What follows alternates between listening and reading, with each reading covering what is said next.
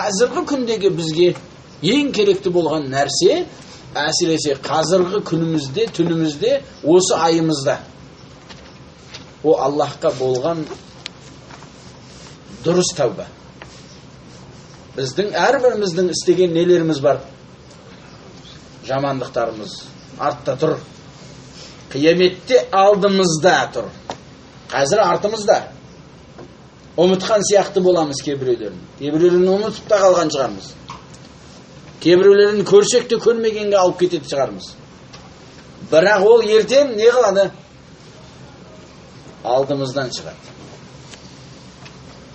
Әрбір адам өзінің кітабын көрген уақытта не дейді? Мали хадал китаб. Қандай кітап мынау? Ла юғадиру сағиратан вала кабиратан илля ахсаха. Үлкен кішісін қалдырмай бәрін есептеп қойыпты ғой. Ешқандай бір нәрсе қалмай алдыңа есеппен келеді. Қазіргі күніміздегі сондай бір керемет күндерде, түндерде тұрмыз. Біз білсек егер соны, күнімізде, түнімізде кешірімге жолығатын күндер. Солай ма? Наби саллаллаху не деді? Кімде-кім Рамазан айын оразасын күндіз, ораза күндіз, оны не деді? Ұстаса не деді? Өткен күнәлары кешіріледі. Түнді не деді? Кімде-кім Рамазан айының түнін қиям қылса, намаз оқса, өткен күнәлары кешіріледі. Демек, біздің қазір 24 сағат уақытымыз ненің арасында екен? Кешірімнің арасында екен. Бірінші күнің, екінші күніңе, екіншісі, үшіншісіне 29-30 күннің барлығы түні де, күні де ешбір ойлап көрдің бе соны? Ешбір ойлап көрдің бе? Сенің қазір тұрған уақытың, түнің болса, ол кешірім уақыты. Күндізің болса, ол не? Кешірім уақыты. Бұндай күн, бұндай ай жылдың 12 айында жоқ. Сен әрбір уақытың, басқа уақытта біз іздейміз не?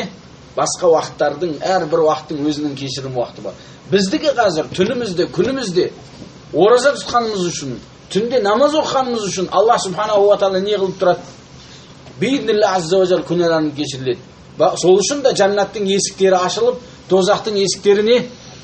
Жабылып, мықтылап қойылған. Ғуллиқат деп жатыр. Жақсылап жабып қойылған уақыт. Жаннат футтихат деп жатыр. Екі жағынан ашып қойылған жаннаттың есіктері. Жақсылап ашып қойылған. Тозақтың есіктері мықтылап жабып қойылған уақыт. Осы уақытта біз тәубаға мұқтажбыз. Бүткіл жақсылығын істеген жамандықтарымыздың несі? Артынан келетін жақсылық бізге қазір не болып жатыр? Дұрыс тәуба болып жатыр. Сол үшін қазіргі түндерімізде, күндерімізде тәубаның шарттарын дұрыстап, орындап тәуба қылуымыз керек. Тәубаның шарттарын білгенге де, білмегенге де, өзіме де, сендерге де ескертсек жақсы осы жерде. Біріншіден, Аллахқа болған ықыласпенен. Екіншіден, сол күнәні не? Бірден тоқтатумен.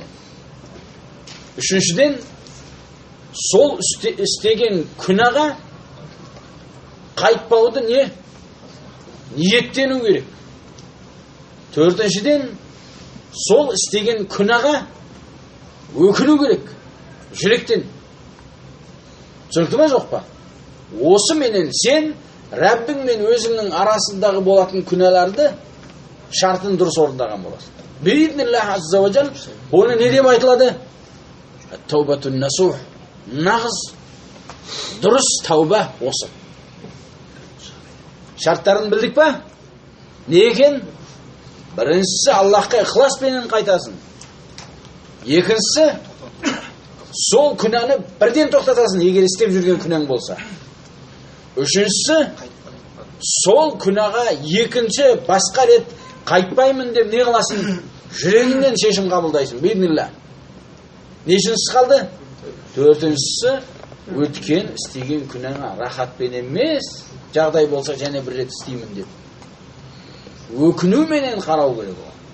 Осындай бір күнә істеуге сонша уақытым кетіпті, сонша күнә мен жүрегім қарайған екен.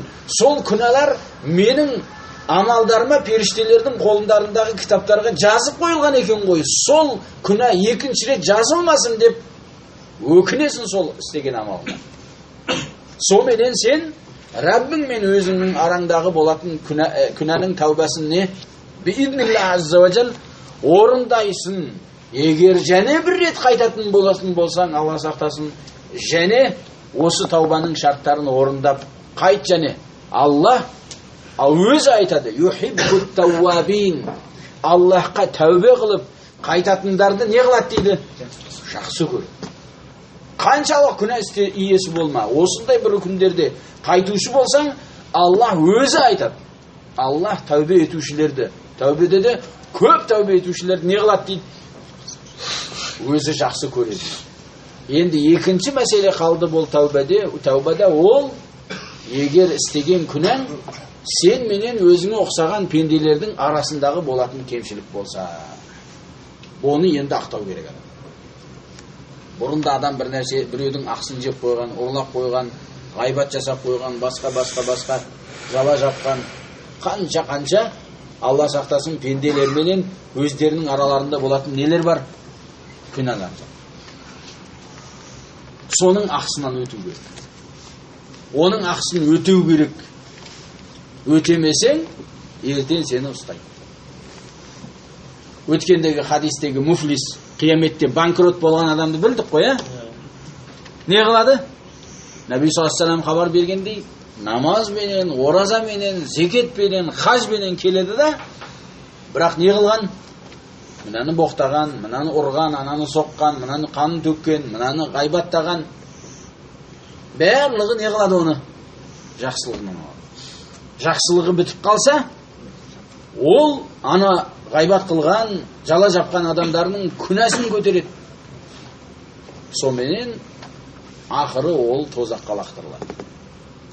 Сол үшін қазіргі күнде болатын нәрсе, бізден ең үлкен нәрсе, бұл Аллахқа болған тәуба, истиғфар, қайту керек. Аллах субханаху ва таала тәубе етушілерді жақсы көретін екенін біліп, күнәларымды кешірет деген үмітпенен, егер кешірмесе маған дайындалған азап бар деп қорқу менен осы мағыналардың бәрін жинап, адам Аллахқа истиғфар қылып тәуба қылады.